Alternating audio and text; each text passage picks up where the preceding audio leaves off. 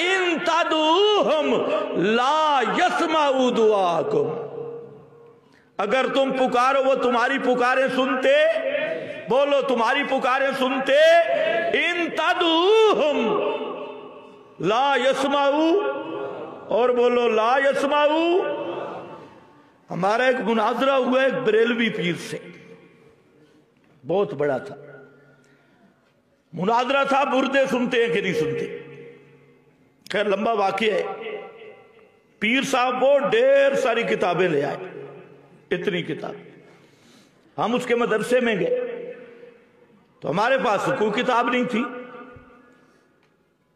تو وہاں پر بیٹھ گئے، بڑی کتابیں اس نے اکٹھی کی، یہ اگر نقطہ آپ کو آ گیا انشاءاللہ کوئی بیتی آپ سے بات نہیں کر سکتا۔ وہ میں نے کہا مسئلہ کیا سمجھانا ہے؟ کہتے ہیں مردے سنتے ہیں۔ کہا اچھا یہ سمجھانا ہے، پہلے میری چند باتیں ذرا وضاحت کر دیں کہ انسان مردے سنتے ہیں یا ڈنگر بھی سنتے ہیں؟ کون کون سے مردے سنتے ہیں؟ کہتے ہیں انسان سنتے ہیں، کہ ڈنگر؟ کہتے ہیں وہ نہیں سنتے۔ بالکل ٹھیک ہے، اچھا انسان میں کون سنتے ہیں، نیک مردے یا سارے؟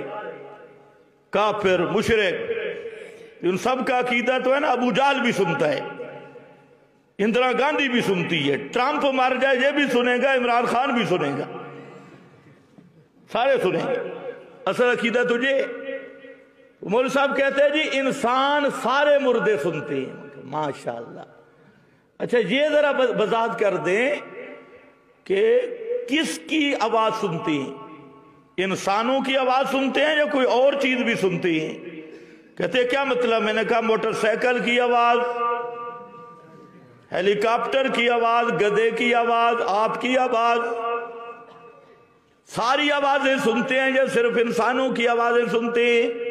اب تھوڑا سا سوچ میں پڑ گئی، کہتے ہیں نہیں انسانوں کی آوازیں سنتے ہیں۔ میں نے کہا پکا رہ جا، انسانوں کی سنتے اور تو کسی کی نہیں سنتے نا؟ کہتے ہیں انسانوں کی آوازیں سنتے ہیں۔ میں نے کہا لکھ لو، انسان مردے سنتے ہیں، انسانوں کی آوازیں سنتے ہیں۔ تیسری بات میں نے کہا مولوی صاحب یہ بتلاؤ ہر وقت سنتے ہیں یا کوئی ٹائم ٹیبل بھی ہے، ٹائم بھی مقرر ہے؟ کہتے ہیں یہ کیوں پوچھتا ہے؟ میں نے کہا یہ اس لیے پوچھتا ہوں کہ اگر مردے مثلا صبح 9 سے 12 بجے تک سنتے ہوں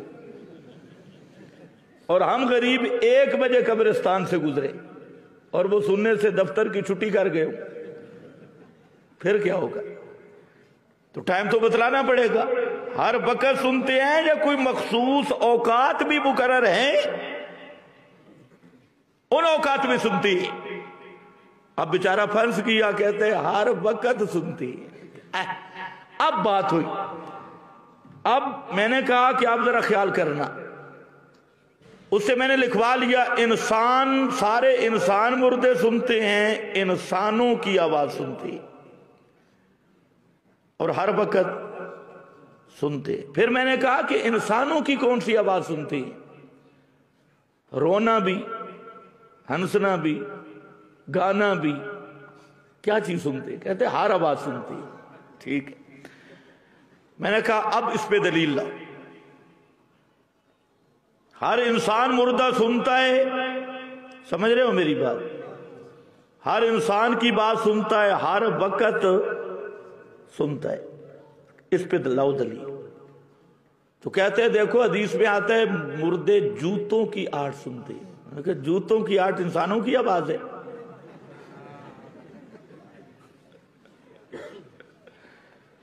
ابھی تو نے کہا کہ کوئی دوسری آواز نہیں سنتے، کیا سنتے ہیں؟ انسانوں کی آواز۔ تو جوتی انسان ہے؟ جوتوں کی آواز سنتے ہیں، جوتی انسان ہے؟ اب مولوی صاحب گئے پھنس گئے، تو وہ اس کے پاس کلاشنوں والے تھے، اس نے کہا ان کو شوٹ کرو، تو ان کے اپنے بوڑھے کھڑے ہو گئے۔ اس نے کہا مولوی صاحب جواب نہیں آتا تو شوٹ کرنے کا کیا مطلب ہے؟ پہلے ہمیں ماریں گے بعد میں ان کو ماریں گے۔ وہ کھڑے ہو گئے اور مولوی صاحب کو پکڑ لیا، کہا ان کی بات کا جواب دو۔ وہ مجھے کہتے آپ کہتے ہیں ہم طالب علم ہیں، آپ تو عالم ہیں، آپ نے کہا تم طالب علم ہو، تو میں نے کہا عالم طالب علم ہی ہوتا ہے نا، تو غیر عالم ہے، جاہل ہے، تجھے پتہ نہیں۔ تو اس لیے میرا بھائی زور جو لگاتا ہے مردے سنتے ہیں، تو بھی وضاحت کر دے کون سے مردے سنتے ہیں، کون سے اوقات میں سنتے ہیں، کون کون سی باتیں سنتے ہیں، اس کی ذرا وضاحت کر۔ بالآخر جتنا زور لگا تجھے بھی ماننا پڑے گا کہ مرنے کے بعد کوئی سن سکتا نہیں۔ ہاں میرا رب چاہے کسی کی بات کوئی سنا دے کسی مردے کو، یہ کس کی مشیت ہے؟ میت میں عادتاً صلاحیت نہیں ہے، اس کے تو اسباب ہی نہیں۔ اللہ سب کو ہدایت نصیب فرمائے۔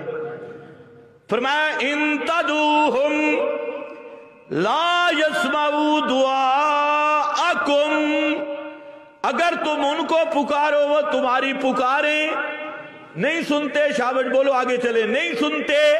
دوسرے مقام پہ ذکر کیا وَهُمْ عَنْ دُعَائِهِمْ غَافِلُونَ، وَهُمْ عَنْ دُعَائِهِمْ، وہ ان کی سور و پکار سے غافلون، بے خبر ہیں۔ اور قیامت کے دن خود کہیں گے، انبیاء اولیاء سب کہیں گے قالوا لا علم لنا انکا انت علام الغیوب، اللہ موت کے بعد ہمیں کوئی پتہ نہیں کون ہماری قبر پہ آیا، کس نے سور و پکار کی۔ انکا انتا علت بیان کی جملہ معللہ، اس لیے پتہ نہیں کہ جب ہم دنیا سے چلے گئے تو اسباب ختم ہو گئے، اور بغیر اسباب کے جو علم ہوتا ہے اس کا نام ہے علم الغیب۔ انکا انتا علام الغیوب، اس لیے نہیں جانتے کہ سب غیبوں کو جاننے والا تو اکیلا ہے، تیرے سوا سب غیبوں کو جاننے والا کوئی نہیں۔ اور خود کہیں گے ان کننا ان عبادتکم لغافلین، اللہ کی قسم اٹھا کے کہتے ہیں ان کننا ان عبادتکم لغافلین، ہم تمہارے پکار سے بالکل بے خبر تھے، ہمیں کوئی پتہ نہیں کون ہماری قبر پہ آیا، کالا بکرا لے کر کون آیا، سفید مرغا لے کر کہ چرغا لے کر، ہمیں کوئی پتہ نہیں۔ ان کننا ان عبادتکم لغافلین، یہ صاف لفظوں میں انبیاء اولیاء انکار کر دیں گے اور کہیں گے کون ہمارے نام کی منتیں دیتا رہا، نظریں مانتا رہا، سور و پکار کرتا رہا، اللہ کی قسم ہمیں معلوم نہیں ہے۔ قرآن سچا ہے کہ نہیں؟ چپ ہو گئے ہو۔ صراط مستقیم کا دوسرا مصداق کیا ہے؟ توحید۔ توحید خالص وہ ہوتی ہے کہ مشرک کے سر میں ضرب لگے، اس طرح نہیں ہوتی اللہ خالق کے، اللہ مالک کے، اللہ رازق کے۔ یہ تو ابو جہل بھی مانتا تھا۔ پورا قرآن پڑھو تم بھی خوش ہو۔ دوستو بزرگ، اللہ بہت بڑا ہے، تو ابو جہل مانتا تھا اللہ بہت بڑا ہے۔ اگر یہ دعوت ہوتی تو ابو جہل پوری زندگی دے دیتا۔ پیغمبر کی دعوت شروع ہوتی ہے لا سے۔ کہاں سے؟ لا سے، نفی سے، نفی سے شروع ہوتی ہے۔ خیر آؤ اب ذرا دیکھنا، ایاک نعبد و ایاک نستعین، آگے آیا اہدنا الصراط المستقیم۔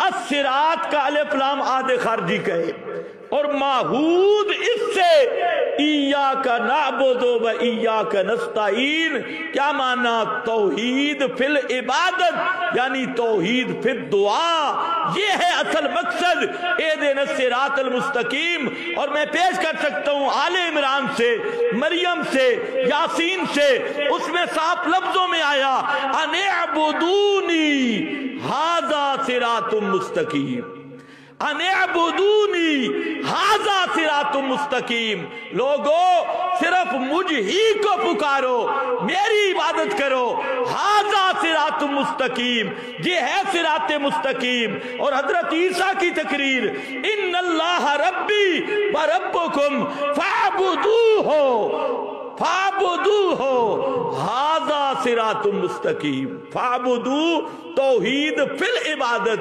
یہی ہے سیدھا راستہ، یہ ہے صراط مستقیم۔ صراط مستقیم کا تیسرا مصداق وہ سورہ انعام میں ذکر کیا، ان ھذا صراطی مستقیما فاتبعوہ، اس کا معنی ہے خالص شاہراہ سنت، اور سنت کے مقابل ہے بدعت، سنت کے مقابل ہے رسمیں چھوڑ دو، بدعات چھوڑ دو، جو بھی بدعت ہے اس کو چھوڑو۔ ان ھذا صراطی مستقیما، شاطبی نے الاعتصام میں